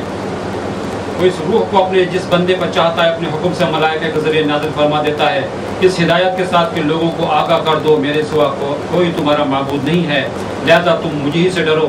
اس نے آسمان و زمین کو برحق پیدا کیا ہے اور وہ بہت بالا اور برتر ہے اس شرک سے جو یہ لوگ کرتے ہیں۔ اس نے انسان کو ایک ذرا سی بوند سے پیدا کیا اور دیکھتے دیکھتے سریحان وہ ایک جھگڑالو ہستی بن گیا۔ اس نے جانور پیدا کیے ہیں جن میں تمہارے لیے پوشاک بھی ہے اور خوراک بھی اور طرح طرح کے دوسرے فائدے بھی، ان میں تمہارے لیے جمال ہے جبکہ وہ صبح تم انہیں چرنے کے لیے بھیجتے ہو اور جبکہ شام انہیں واپس لاتے ہو۔ وہ تمہارے لیے بوجھ ڈھو کر ایسے ایسے مقامات تک لے جاتے ہیں جہاں تم سخت جاں پیشانی کے بغیر نہیں پہنچ سکتے۔ حقیقت یہ ہے کہ تمہارا رب بڑا ہی شفیق و مہربان ہے۔ اس نے گھوڑے اور خچر اور گدھے پیدا کیے تاکہ تم ان پر سوار ہو اور وہ تمہاری زندگی کی رونق بنے، اور وہ بہت سی چیزیں جو تمہارے فائدے کے لیے پیدا کرتا ہے جن کا تمہیں علم تک نہیں ہے۔ وہ اللہ ہی کے ذمہ ہے سیدھا راستہ بتانا، جبکہ راستے ٹیڑھے بھی بہت موجود ہیں۔ اگر وہ چاہتا تو تم سب کو ہدایت دے دیتا۔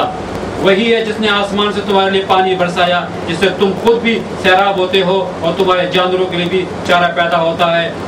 وہ اس پانی کے ذریعے سے کھیتیاں اگاتا ہے اور زیتون، کھجور، انگور اور طرح طرح کے دوسرے پھل پیدا کرتا ہے۔ اس میں ایک بڑی نشانی ہے ان لوگوں کے لیے جو غور و فکر کرتے ہیں۔ اس نے تمہاری بھلائی کے لیے رات و دن کو اور سورج اور چاند کو مسخر کر رکھا ہے، سب تارے بھی اسی کے حکم سے مسخر ہیں۔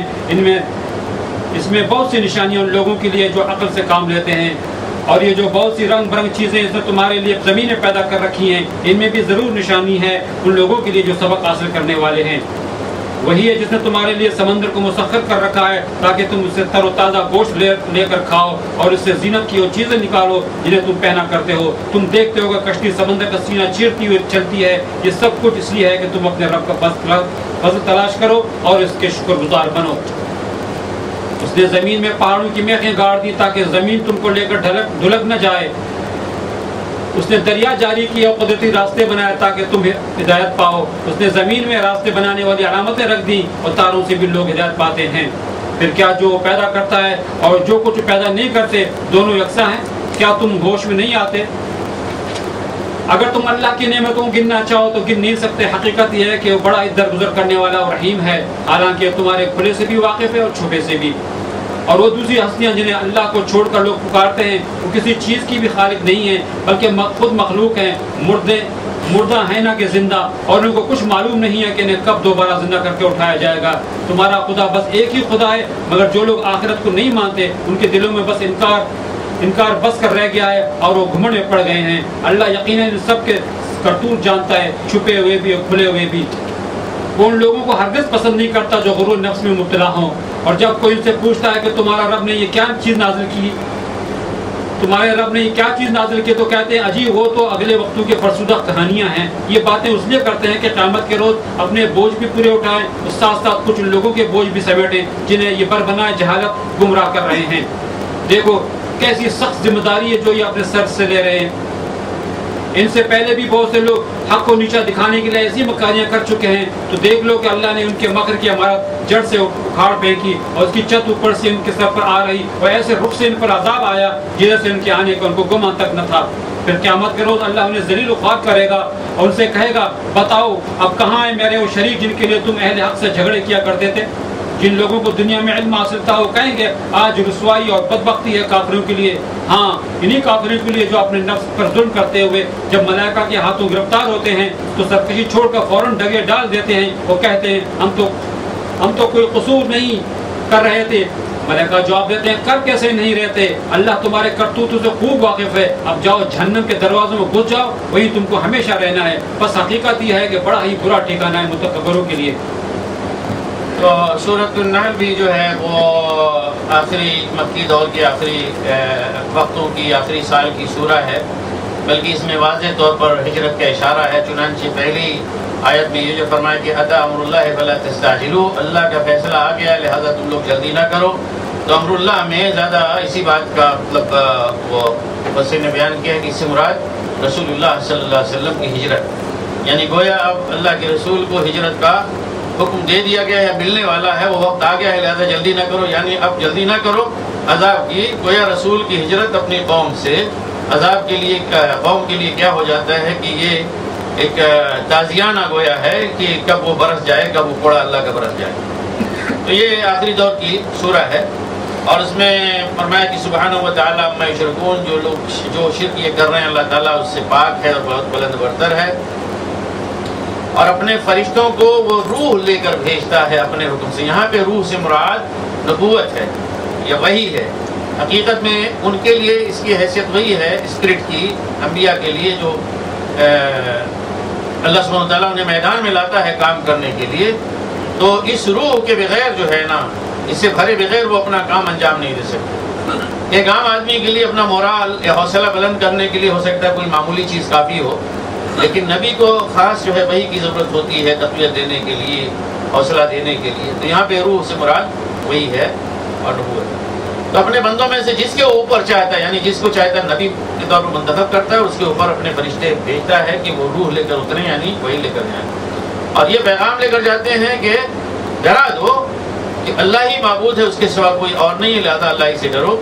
اور اللہ تعالیٰ نے آسمان اور زمین کو ایک مقصد کے تحت بنایا ہے، یہاں پہ تمہیں بھیجا ہے کہ تم لوگ اپنی زندگی کے جو ایام ہیں ان سے فائدہ اٹھا کے نیک عمل کر لو، اور آخرت میں کامیابی کا جو ہے نا سامان کرو، اور آخرت ہو کے رہے گی۔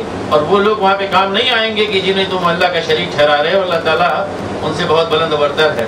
اور انسان، یہاں انسان سے مراد وہی مشرکین ہے کہ انسان کو تو اللہ نے پیدا کیا ایک نطفے سے، معمولی جو ہے گوند سے جو ہے پیدا کیا، لیکن اس کا معاملہ یہ کہ جب پیدا ہو گیا اب یہ جسم اور یہ شکل و صورت اور وہ تو اپنا آغاز بھول جاتا ہے کہ اس کا آغاز کیا ہے، ایک نقطے سے، ایک قطرے سے۔ تو وہ اب جو ہے جھگڑا کر رہا ہے دین کے بارے میں، حق کے بارے میں، اللہ کے بارے میں، پیدا ہوا خصیم و مبین، بالکل جھگڑالو بن کے رہ گیا۔ آگے پھر اللہ سبحانہ و تعالیٰ نے اپنے بہت ساری نعمتیں جو ہے وہ گنائی ہیں، جو پچھلی صورتوں بھی آتی رہی ہیں۔ یہ نعمتیں حقیقت میں دعوت فکر دیتی ہیں کہ ہر انسان کے بارے میں سوچے کہ یہ کس نے دی ہیں، کیوں دی ہیں، اور دی ہیں تو کیا ان کے بارے میں پوچھا نہیں جائے گا؟ یقیناً پوچھا جائے گا۔ تو یہ ساری چیزیں اللہ سبحانہ و تعالیٰ بیان کرتے ہوئے، نعمتیں بیان کرتے ہوئے بیچ بیچ میں دعوت بھی دیتے جاتے ہیں، سمجھاتے جاتے ہیں۔ تو اس میں مثلا آیت نمبر 9 میں ہے کہ وَعَلَى اللَّهِ قَصْدُ السَّبِيلُ مِنْهَا جَائِرٌ، سیدھا راستہ بتلانا یہ اللہ ہی کی ذمہ داری ہے۔ اگرچہ راستوں میں سے ایسے بھی ہیں جو منحرف بھی ہیں، یعنی راستے تو بے شمار ہیں، اور انسان کو دنیا میں آزادی بھی حاصل ہے کہ وہ جو چاہے راستہ اختیار کرے، لیکن اللہ کی یہ ذمہ داری ہے، اللہ نے خود یہ ذمہ داری لی ہے کہ وہ بتائے کہ سیدھا راستہ کون ہے۔ اب یہ لوگوں کی مرضی ہے کہ کون سا راستہ اختیار کرتے ہیں۔ اگر اللہ چاہتا وَلَوْ شَاءَ لَهَدَاكُمْ أَجْمَعِينَ، اگر چاہتا تو سب تم جتنے لوگ ہو سب کو ہدایت یافتہ ہی وہ پیدا کرتا ہے، یعنی پیدا ہوتے یہاں پہ اس طرح سے کہ سب کے سب مومن ہیں، مسلم میں کوئی کافر نہ ہوتا، لیکن یہ مقصد اللہ کا ہے نہیں، اس کی حکمت کے تقاضا نہیں۔ پھر آگے اور بہت ساری جو ہے آیات اور نعمتیں اور نشانیاں اللہ تعالیٰ کی اس میں گنوائی، بہت اچھے انداز میں گنوائی گئی ہیں۔ البتہ آیت نمبر 15 میں پہاڑوں کا تذکرہ ہے جو پہلے بھی آ چکا ہے، لیکن یہاں پہ ایک اضافہ ہے۔ پہلے پہاڑوں کے بارے میں یہ کہا گیا ہے بار بار کہ زمین میں اس نے رواسی، میخیں یا کھوٹے گاڑ دیے ہیں۔ اب یہاں پہ اس کی حکمت بیان کی جا رہی کہ ان تمید بکم، کیوں اس نے پہاڑ گاڑے ہیں؟ پہاڑوں کی حیثیت سے کھوٹوں جیسی ہے، میخوں جیسی ہے، ان کو گاڑا ہے اس لیے تاکہ زمین کا وہ توازن برقرار رکھیں۔ ان تمید بکم کہ کہیں زمین لے کے تمہیں کہیں کسی طرف لڑک نہ جائے۔ بولا گویا ہواؤں کو جو ہے کنٹرول کرنا اور زمین کے توازن کو برقرار رکھنا، اس کے لیے یہ ضروری ہے، ورنہ پہاڑ نہ ہوتے تو زمین واقعی یہ صحیح ہے کہ اگر پہاڑ نہ ہوتے تو زمین پہ کوئی رہ نہیں سکتا تھا، سب اڑ جاتے ہوا کے زور سے۔ ہوا اس طرح سے چلتی کہ سب اڑ جاتے، کوئی یہاں پہ رہتا ہی نہیں۔ اسی طرح سے زمین میں جہاں پہاڑ اس نے بنائے اس حکمت کے تحت، تو وہیں پہ پہاڑوں کی اور اس کے ساتھ ساتھ نہروں کی اور دوسرے گھاٹیاں اور وادیاں جو ان میں راستے ہیں ان کی ایک حکمت اور ہے کہ لوگ اس سے علامت کے طور پر جگہوں کو پہچانتے ہیں. اب آپ مان لیجئے کہ ساری فلیٹ لینڈ ہوتی، ایسی مسطح زمین ہوتی، کہیں کوئی ابھار نہیں ہوتا، کوئی ندی نہیں ہوتی، کوئی نہر نہیں ہوتی، کوئی پہاڑ نہیں ہوتا. آپ کیسے بتاتے ہیں ہم کس جگہ اس وقت کھڑے ہیں، کتنے میل چلے ہیں، ابھی کتنا جانا ہے؟ تو یہ ساری چیزیں علامت بھی ہیں. آپ ایک علاقے میں رہ رہے ہیں تو آپ کو معلوم، ہاں وہ اونچی جگہ ہے، وہ پہاڑ ہے، وہ ٹیلا ہے، وہ ندی ہے، وہ وغیرہ وغیرہ یہ نہ ہے. تو اس سے انسان اپنی یعنی کہاں پہ وہ کھڑا ہے وہ جانتا ہے، اسے کہاں جانا ہے، کہاں تک پہنچا ہے اسے معلوم ہوتا ہے. یہ اس کے بغیر واقعہ یہ ہے کہ انسان کو بڑی پریشانی ہوتی، ہو سکتا ہے انسان جی نہیں پاتا، گم ہو جاتا، چلتا ادھر پتہ چلا کہ ادھر چلا گیا، جانا عیسیٰ ٹاؤن پہنچ گیا، کہیں دوسری جگہ ہے نا جوہر عسکر پہنچ گیا. تو یہ کیوں کہ نشان ہونا ضروری ہے. آج آپ کی سڑکوں پہ اگر سارے نشانات نکال دیے جائیں تو کیا ہوگا؟ آپ کسی علاقے میں جائیں، سڑکوں پہ نشانات لگے ہوئے ہیں، وہ ہٹا دیے جائیں تو آپ کو کیا ہوگا؟ جانا ہے کہیں بدیا جانے کے بجائے آپ جو ہے وہ رفح پہنچ جائیں گے. اسی طرح سے اور بھی اللہ تعالیٰ نے نشانیاں بنائی ہیں کہ اگر کہیں یہ نشانی نہ ہو، پہاڑ نہ ہو، ندی نہ ہو، وادیاں نہ ہو، راستے نہ ہو، تو وہاں پہ بھی اللہ تعالیٰ نے نشانی بنائی. وعلامات وبالنجم هم يهتدون، بہت ساری نشانیاں علامتیں ہیں ان سے بھی، اور ستاروں سے لوگ راستہ جانتے ہیں. تو صرف سمندروں ہی میں نہیں بلکہ کسی بیاباں میں، چھٹیل میدان میں جہاں پہ کوئی علامتیں نہیں ہوتی، تو وہاں پہ اللہ تعالیٰ نے علامت یہ بنائی ہے کہ ستاروں سے لوگ جو ہے نا سمت متعین کرتے ہیں اور راستہ متعین کرتے ہیں. تو فرمایا کہ یہ سارا اللہ کا کیا دھرا ہے، اللہ کی یعنی کرشمہ سازی ہے.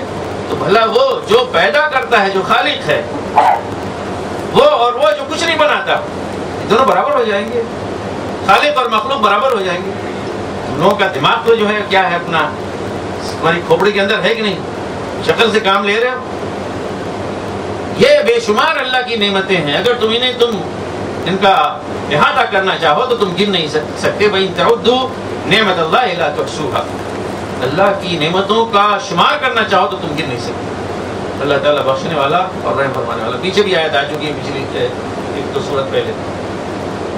پھر مزید فرمایا اسی میں کہ آگے جو پہلے کہا تھا فَمَن يَخْلُقُ كَمَن لَا يَخْلُقُ، مزید واضح کرنے کے لیے فرمایا یہاں کہ وَالَّذِينَ يَدْعُونَ مِن دُونِ اللَّهِ لَا يَخْلُقُونَ شَيْئًا وَهُمْ يُخْلَقُونَ. ان لوگ معاملہ یہ ہے کہ اللہ کو چھوڑ کر جنہیں یہ پکارتے ہیں، جن کی عبادت کرتے ہیں، جن کی جے جے کرتے ہیں، اور وہ اگربتیاں لے کے یوں سلگا کے اس کے ارد گرد جو ہے چڑھاتے ہیں، اور تھالی پہ وہ مٹھائیاں رکھ کے یوں یوں کر کے نظریں چڑھاتے ہیں. اور ہمارے یہاں تو وہ ہوتا ہے ہندو جو ہے نا، وہ بلکہ وہ اس میں رنگ لے کے یوں ماتھے پہ جو ہے نا تلک بھی چڑھاتے ہیں سارے خوش کرنے کے لیے، اور ان کو ذرا کیا کہتے ہیں، عورتیں کیا کرتی ہیں، میک اپ وغیرہ انہیں کروایا جاتا ہے تاکہ وہ بدھ صاحب اور اچھے بن جائیں. فرمایا کہ جو اللہ کے سوا جنہیں پوچھتے ہیں، بلاتے ہیں، دعائیں کرتے ہیں، فریادیں کرتے ہیں، وہ کچھ نہیں بناتے، کچھ نہیں پیدا کرتے، بلکہ وہ خود بنائے جاتے ہیں.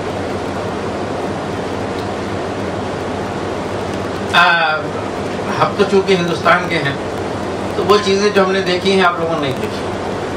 میں آپ کو بتاؤں، میں ایک مرتبہ جا رہا، بارہ میں نے کئی جگہوں پہ دیکھا ہے، لیکن ایک جگہ جا رہا تھا. یہ آپ کا ٹینٹ جو ہے نا اس سے کہیں 3-4 گنا بڑا ایک بنا ہوا تھا یارڈ، وہ اسٹور کہہ لیجیے کچھ سڑک کے کنارے، جس میں بہت سارے جو ہے نا بت بنا کے پھینکے ہوئے ہیں،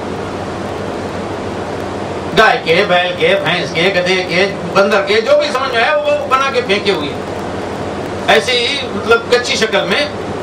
اب وہاں پہ کوئی ہندو آتا ہے تو اپنا گھر بنایا کچھ، تو لوگوں کو آج کل بڑا شوق ہو گیا کہ گھر میں مندر ہونا چاہیے، تو اپنی پسند کا جا کے بت جو ہے نا وہاں سے ڈھونڈتے ہیں، یہ اٹھاؤ یہ اٹھاؤ. میں نے واللہ ان کے ایسی شکلوں میں پھینکے ہوئے دیکھا ہے، یوں پڑے ہوئے ہیں نا، پھینکے ہوئے ہیں، اسی کے اوپر کودتے ہیں، اسی پر اچھلتے ہیں. میں نے دیکھا کہ کتے ان کے اوپر سے آتے جاتے ہیں. وہ کیا کتے، بلکہ بعض مندر ہیں یوں دروازہ کھلا ہوا ہے، اب پتہ چلا بدھ صاحب یہاں پہ بیٹھائے گئے ہیں نیچے، اور کتے آپ جانتے ہیں کیا حرکت کرتے ہیں پیشاب کرتے وقت. انہیں کوئی جگہ چاہیے تو بہتر جگہ ان کو وہی نظر آتی ہے. تو بھی دیکھا گیا ہے عربوں میں. دیکھیے ایک دور جاہلیت میں ایک آدمی، ایک عربی کی بات آتی ہے، مجھے یاد آیا، وہ باہر نکلا تو جیسا ان کے زمانے میں کیا تھا کہ باہر چلتے تھے جب، تو بت پرستی کی اتنی عادت ان کو پڑ گئی تھی کہ جب سفر پہ چلتے تو کیا کرتے, کچھ نہیں ہے تو 3-4 جو ہے نا وہ پتھر جمع کیا اور اس کو جو دیکھا کہ ذرا چکنا ہے, اچھا ہے, بس اس کو لے کے جو ہے پوجنا شروع کر دیا. کچھ نہیں تو کبھی وہ چاول آٹا گوندھا روٹی پکانے کے لیے, تو روٹی پکانے سے پہلے اسی کو ذرا ایک بت کی شکل دی, اس کو پوج لیا, پرنام کیا, ہندوؤں کی زبان میں پوج لیا.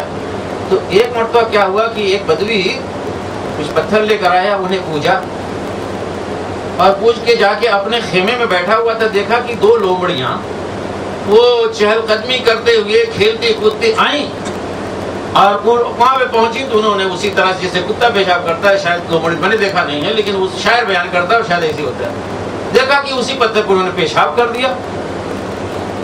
تو وہ کہتا ہے بدوی, اس کا شعر ہے, رب یقول الثعلبان بوجهی لقد ظل من بالت علیہ الثعلب. وہ یعنی لارڈ ہو سکتا ہے, خدا ہو سکتا ہے کہ جس کے اوپر 2 لومڑیاں پیشاب کر دیں, وہ تو انتہائی ذلیل ہے کہ جس کے اوپر لومڑیاں پیشاب کریں.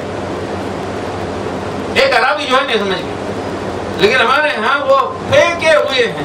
اب ایسے پڑھے لکھے لوگ اب اس کے بعد آئیں گے, صاحب یہ کون صاحب ہیں, یہ ڈپٹی کمشنر ہیں, یہ ڈی جی ہے, آئی جی ہے, وغیرہ وغیرہ ہے, منسٹر ہیں, کیا ہے, پی ایچ ڈی ہیں, ماسٹر ہیں, میسے ہیں, سارے ہیں, لیکن کیا کر رہے ہیں, جس کے اوپر کتے پیشاب کرتے ہیں اور پھینکے ہوئے ہیں اور خود بھی جا کے اس کے اوپر پیشاب کرتے ہیں, اس کو اٹھا کے پھر اچھا صاحب آپ نے یہ انتخاب کیا ہے, اس کو چمکایا گیا, پھر پالش کی گئی, لے جا کے سجایا کے پھر اب اس کو پوچھنا شروع کرتا. انسان اپنے آپ کو اسی لیے کہا جاتا ہے کہ بل ہم عدل, کہ جانور جیسے ہیں, بلکہ جانوروں سے بھی زیادہ کہ گزرے ہیں. کیوں؟ یہ انسان اپنے ہاتھوں سے ایک جانور کو, ایک بندر کو, ایک سانپ کو لے کر آتا ہے اور وہ معلوم ہے کہ سیمنٹ کا ہے, خود بنایا گیا ہے اور اس کے اوپر پتہ نہیں کتنا دور گزر چکا ہے پیشاب اور دوسری غلاظتوں کا, اور اس کے بعد اس کے گھر میں پہنچا, اب اس کے سامنے جو ہے وہ اپنا سر ٹیکتا ہے, بولے یاد باللہ. تو فرمایا کہ سارے مردہ ہیں, زندہ نہیں ہیں, ہے نا, انہیں پتہ بھی نہیں ہے کہ کب یہ اٹھائے جائیں گے. فرمایا کہ الہکم الہ واحد, تمہارا الہ ایک ہی الہ ہے. آگے آیت نمبر 24 میں کہا کہ یہ مشرکین آپس میں کبھی کہتے ہیں کہ بھائی یہ سوال جواب کرتے ہیں کچھ کسی سے, کوئی ایک کافر جو ہے دوسرے سے کہتا ہے بھائی یہ آپ لوگوں کے پاس کیا نازل کیا گیا آپ کے رب کی طرف سے, یعنی کوئی نئی چیز آئی ہے؟ تو وہ کہہ رہے ہیں جی اساطیر الاولین, یہ پہلوں کے قصے اور کہانیاں ہیں. تو اس طرح سے مذاق کر کے وہ جو ہے نا اس کو ٹالتے, جبکہ وہی سوال اہل ایمان کے سامنے آگے آیات آ رہی ہیں تو ان کا جواب دوسرا ہی ہوتا تھا. ابھی ہم پڑھیں گے اس کو. تو فرمایا کہ ایسے لوگ جو ہے نا انہیں تو اللہ سزا دے کر رہے گا, یہ قیامت کے روز انہیں رسوا کر دے گا, اور اس وقت ان سے پوچھے گا کہ بتاؤ وہ جنہیں تم نے میرے ساتھ شریک ٹھہرا رکھا تھا اور جن کے بارے میں تم بڑے جھگڑے کرتے تھے, ہے نا, کہ یہ فلاں صاحب ہیں, فلاں صاحب کہاں چلے گئے, سارے گم ہو گئے. تو اس وقت فرشتے ان کی جانیں جب قبض کریں گے اس حال میں کہ ان لوگوں نے خود اپنے اوپر ظلم کھایا تھا, تو اس وقت وہ سارے کیا ہے ڈگ ڈال دیں گے, یعنی بالکل گر گئے, سرنڈر ہو گئے, اور جا کے کہیں گے ہم نے جرم نہیں کیا, کوئی برائی نہیں کی. اچھا آپ نے برائی نہیں کی, اللہ تو سب کچھ جانتا ہے, جو کچھ آپ کر کے آئے ہیں اللہ کو سب کچھ پتا ہے. ایک وقت ہوگا کسی مرحلے میں وہ یہ بھی کہیں گے کہ ہم نے کوئی جرم نہیں کیا, ہم نے کوئی گناہ نہیں کیا. گناہ کیوں نہیں کیا؟ اللہ کو سب معلوم ہے. یہ دیکھیے آپ کے لیے جہنم ہے, اس کے کئی دروازے ہیں, 7 دروازے ابھی آپ پیچھے پڑ چکے ہیں نا, ان میں سے بہت سارے دروازے ہیں, وہ دیکھیے آپ کے لیے وہ دروازہ ہے, اس میں سے داخل ہو جائیے اور جائیے, وہیں پڑے رہیے ہمیشہ ہمیشہ.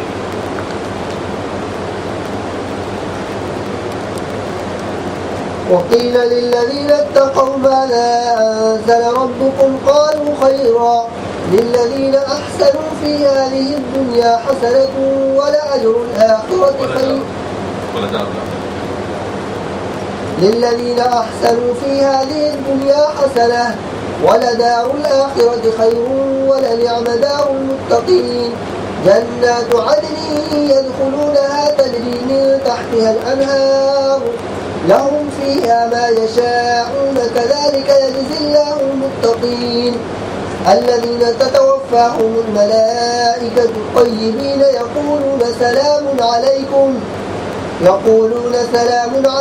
ادخلوا الجنة بما كنتم تعملون هل ينظرون إلا أن تأتيهم الملائكة أو يأتي أمر ربك كذلك فعل الذين من قبلهم وما ظلمهم الله ولكن كانوا أنفسهم يظلمون فأصابهم سيئات ما عملوا وحاق بهم ما كانوا به يستهزئون وقال الذين أشركوا لو شاء الله ما عبدنا من دونه من شيء نحن ولا آباؤنا ولا حرمنا من دونه من شيء كذلك فعل الذين من قبلهم فهل على الرسل إلا البلاغ المبين